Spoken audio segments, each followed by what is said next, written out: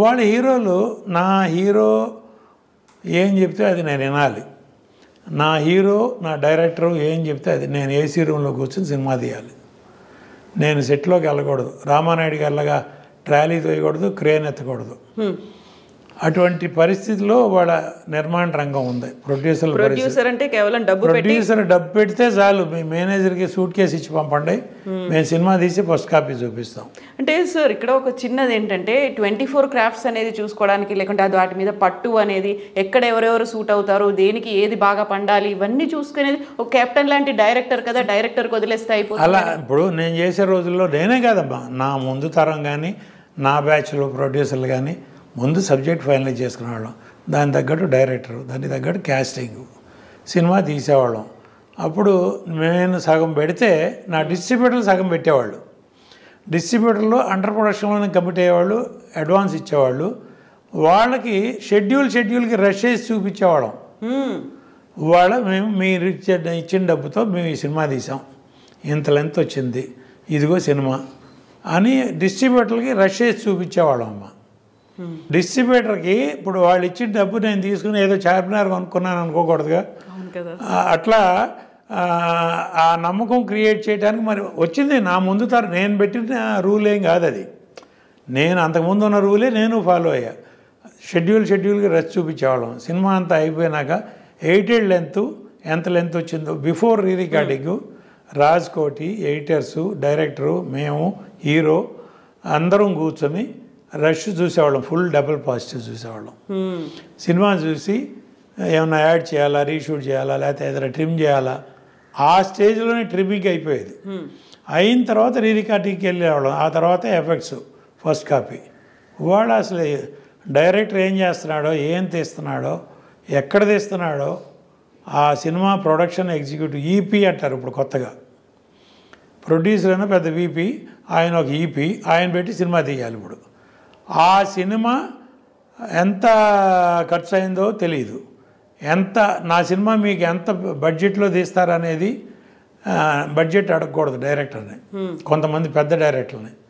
ఆయనకి corporate permission ఇవ్వాలి. ఆయన ఏం తీసిస్తాడో అది మన అదృష్టం, మహాప్రసాదం. ఒక కథ ఉందా లేదా, ఏం కథ తీస్తున్నాడు లేదు. ఒక డైరెక్టర్ వెళ్ళి ఒక హీరోకి కథ చెప్తాడమ్మా, హీరో ఓకే అంటాడు, వాళ్ళిద్దరూ కలిసి ప్రొడ్యూసర్ పిక్ చేస్తున్నారు. ఇప్పుడు ప్రొడ్యూసర్ వెళ్ళి హీరోకి లేకపోతే డైరెక్టర్కి అది పోయింది. మా కథ ఇక్కడ రివర్స్ టెండరింగ్లో డైరెక్టర్ వెళ్ళి హీరోకి కథ చెప్తే హీరో ప్రొడ్యూసర్ని పికప్ చేస్తాడు. నేను పలానా కథ విన్నాను, బాగుంది, మీరు వినండి, నచ్చితే మీరు చేయండి. కెపాసిటీ ఎవరికి ఉంది, ఆ ప్రొడ్యూసర్కి కెపాసిటీ ఉందా లేదా, ఎవరైతే సూటబుల్ ఆయన పికప్ చేస్తారు. ఇప్పుడు మళ్ళా ఆయన అన్ని రకాలుగా ఆలోచించి, ఇప్పుడు నా రోజుల నుంచి ఉన్నాయి, పలానా ప్రొడ్యూసర్ మనం డేట్లు ఇచ్చామంటే ఆ సినిమా కరెక్ట్గా ఇది తీయగలరా లేదా, సరిగ్గా మార్కెటింగ్ చేయగలరా లేదా అనే డౌట్ ఉండటంలో తప్పులేదు. అది ఎవరి కెరీర్ వాళ్ళు చూసుకునే రోజుల్లో.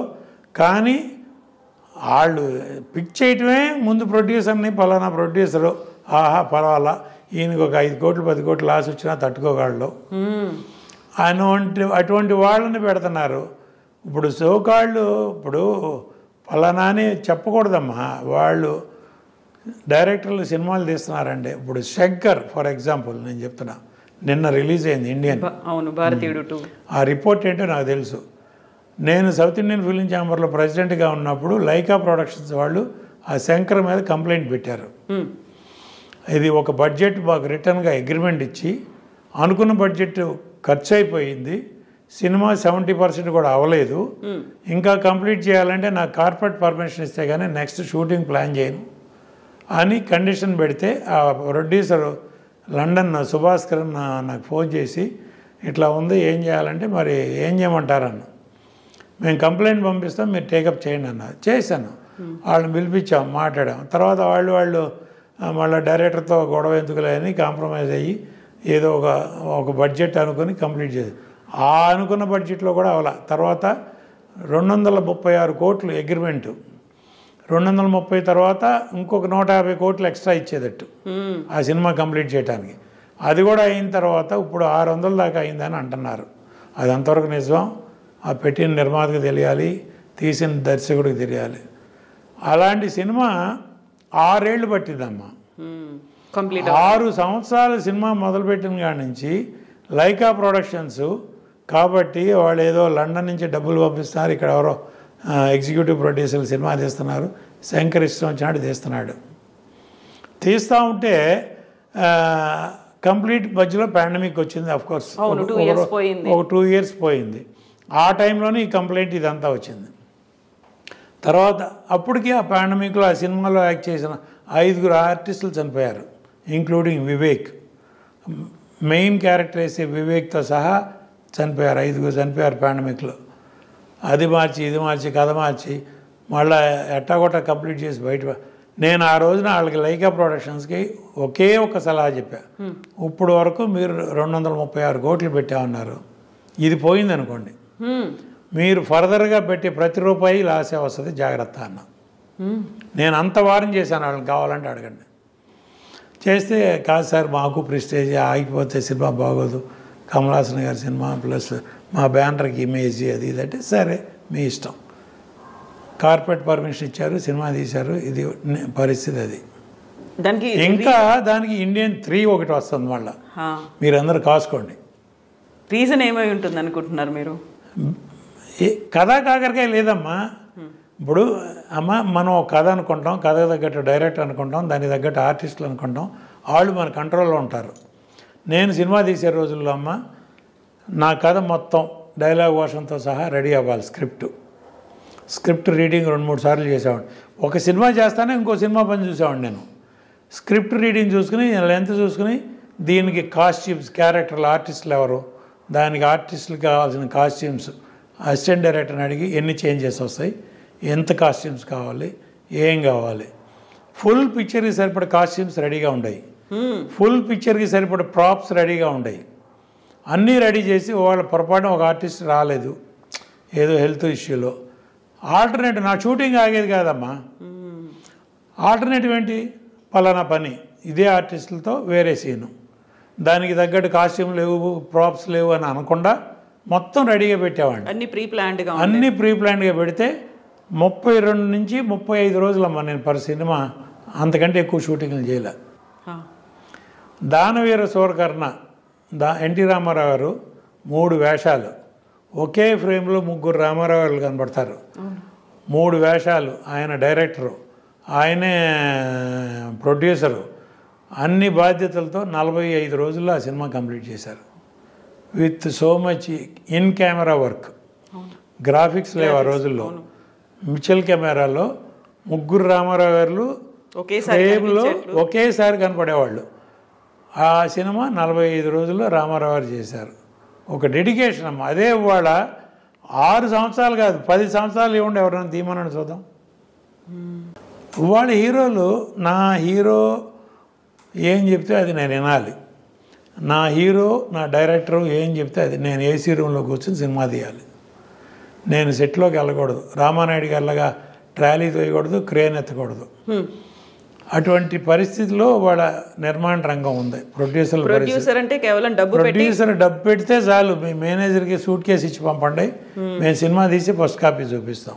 అంటే సార్ ఇక్కడ ఒక చిన్నది ఏంటంటే 24 క్రాఫ్ట్స్ అనేది చూసుకోవడానికి, లేకుంటే అది వాటి మీద పట్టు అనేది, ఎక్కడ ఎవరెవరు సూట్ అవుతారు, దేనికి ఏది బాగా పండాలి, ఇవన్నీ చూసుకునేది ఒక కెప్టెన్ లాంటి డైరెక్టర్ కదా, డైరెక్టర్కి వదిలేస్తే అయిపోతుంది. అలా ఇప్పుడు నేను చేసే రోజుల్లో నేనే కాదమ్మా, నా ముందు తరం కానీ నా బ్యాచ్లో ప్రొడ్యూసర్లు కానీ ముందు సబ్జెక్ట్ ఫైనలైజ్ చేసుకునేవాళ్ళం, దానికి తగ్గట్టు డైరెక్టరు, దానికి తగ్గట్టు క్యాస్టింగ్, సినిమా తీసేవాళ్ళం. అప్పుడు నేను సగం పెడితే నా డిస్ట్రిబ్యూటర్లు సగం పెట్టేవాళ్ళు. డిస్ట్రిబ్యూటర్లు అండర్ ప్రొడక్షన్లోనే కమిట్ అయ్యేవాళ్ళు, అడ్వాన్స్ ఇచ్చేవాళ్ళు. వాళ్ళకి షెడ్యూల్కి రష్ చేసి చూపించేవాళ్ళం. మేము మీరు ఇచ్చిన డబ్బుతో మేము ఈ సినిమా తీసాం, ఇంత లెంత్ వచ్చింది, ఇదిగో సినిమా అని డిస్ట్రిబ్యూటర్లకి రష్ చేసి చూపించేవాళ్ళం అమ్మ. డిస్ట్రిబ్యూటర్కి ఇప్పుడు వాళ్ళు ఇచ్చిన డబ్బు నేను తీసుకుని ఏదో చార్మినార్ కొనుక్కున్నాను అనుకోకూడదుగా. అట్లా ఆ నమ్మకం క్రియేట్ చేయడానికి మరి వచ్చింది నా ముందు నేను పెట్టిన రూల్ ఏం కాదు అది. నేను అంతకుముందు ఉన్న రూలే నేను ఫాలో అయ్యా. షెడ్యూల్కి రష్ చూపించేవాళ్ళం. సినిమా అంతా అయిపోయినాక 8 లెంత్ ఎంత లెంత్ వచ్చిందో before re recording Raj Koti, ఎడిటర్సు, director, మేము, హీరో అందరం కూర్చొని రష్ చూసేవాళ్ళం. ఫుల్ డబుల్ పాజిటివ్ చూసేవాళ్ళం. సినిమా చూసి ఏమైనా యాడ్ చేయాలా, రీషూట్ చేయాలా, లేకపోతే ఏదైనా ట్రిమ్ చేయాలా, ఆ స్టేజ్లోనే ట్రిమ్మింగ్ అయిపోయేది. అయిన తర్వాత రీ రికార్డింగ్కి వెళ్ళేవాళ్ళం. ఆ తర్వాత ఎఫెక్ట్స్ ఫస్ట్ కాపీ. వాడు అసలు డైరెక్టర్ ఏం చేస్తున్నాడో, ఏం తీస్తున్నాడో, ఎక్కడ తీస్తున్నాడో, ఆ సినిమా ప్రొడక్షన్ ఎగ్జిక్యూటివ్ ఈపీ అంటారు ఇప్పుడు కొత్తగా. ప్రొడ్యూసర్ అయినా పెద్ద వీపీ, ఆయన ఒక ఈపీ, ఆయన పెట్టి సినిమా తీయాలి. ఇప్పుడు ఆ సినిమా ఎంత ఖర్చు అయిందో తెలియదు. నా సినిమా మీకు ఎంత బడ్జెట్లో తీస్తారనేది బడ్జెట్ అడగకూడదు డైరెక్టర్ని, కొంతమంది పెద్ద డైరెక్టర్ని. ఆయనకి కార్పొరేట్ పర్మిషన్ ఇవ్వాలి. ఆయన ఏం తీసిస్తాడో అది మన అదృష్టం, మహాప్రసాదం. ఒక కథ ఉందా లేదా, ఏం కథ తీస్తున్నాడు లేదు. ఒక డైరెక్టర్ వెళ్ళి ఒక హీరోకి కథ చెప్తాడమ్మా, హీరో ఓకే అంటాడు, వాళ్ళిద్దరూ కలిసి ప్రొడ్యూసర్ పిక్ చేస్తున్నారు. ఇప్పుడు ప్రొడ్యూసర్ వెళ్ళి హీరోకి లేకపోతే డైరెక్టర్కి అది పోయింది. మా కథ ఇక్కడ ఉంది. రివర్స్ టెండరింగ్లో డైరెక్టర్ వెళ్ళి హీరోకి కథ చెప్తే హీరో ప్రొడ్యూసర్ని పికప్ చేస్తాడు. నేను పలానా కథ విన్నాను, బాగుంది, మీరు వినండి, నచ్చితే మీరు చేయండి. ఆ కెపాసిటీ ఎవరికి ఉంది, ఆ ప్రొడ్యూసర్కి కెపాసిటీ ఉందా లేదా, ఎవరైతే సూటబుల్ ఆయన పికప్ చేస్తారు. ఇప్పుడు మళ్ళా ఆయన అన్ని రకాలుగా ఆలోచించి, ఇప్పుడు నా రోజుల నుంచి ఉన్నాయి, పలానా ప్రొడ్యూసర్ మనం డేట్లు ఇచ్చామంటే ఆ సినిమా కరెక్ట్గా ఇది తీయగలరా లేదా, సరిగ్గా మార్కెటింగ్ చేయగలరా లేదా అనే డౌట్ ఉండటంలో తప్పులేదు. అది ఎవరి కెరీర్ వాళ్ళు చూసుకునే రోజుల్లో.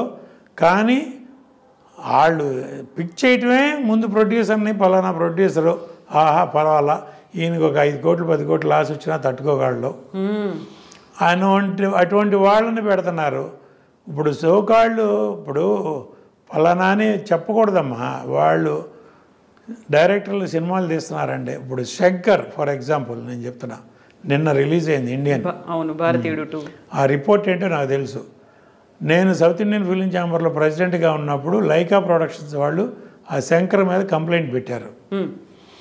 ఇది ఒక బడ్జెట్ మాకు రిటర్న్గా అగ్రిమెంట్ ఇచ్చి అనుకున్న బడ్జెట్ ఖర్చు అయిపోయింది, సినిమా 70% కూడా అవ్వలేదు, ఇంకా కంప్లీట్ చేయాలంటే నాకు కార్పొరేట్ పర్మిషన్ ఇస్తే కానీ నెక్స్ట్ షూటింగ్ ప్లాన్ చేయను అని కండిషన్ పెడితే ఆ ప్రొడ్యూసర్ లండన్ సుభాస్కర్ నాకు ఫోన్ చేసి ఇట్లా ఉంది, ఏం చేయాలంటే మరి ఏం చేయమంటారన్న.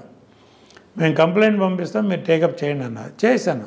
వాళ్ళని పిలిపించాం, మాట్లాడాం. తర్వాత వాళ్ళు మళ్ళీ డైరెక్టర్తో గొడవ ఎందుకులే అని కాంప్రమైజ్ అయ్యి ఏదో ఒక బడ్జెట్ అనుకుని కంప్లీట్ చేసి, ఆ అనుకున్న బడ్జెట్లో కూడా అవలా. తర్వాత 236 కోట్లు అగ్రిమెంటు, 230 తర్వాత ఇంకొక 150 కోట్లు ఎక్స్ట్రా ఇచ్చేదట్టు ఆ సినిమా కంప్లీట్ చేయడానికి.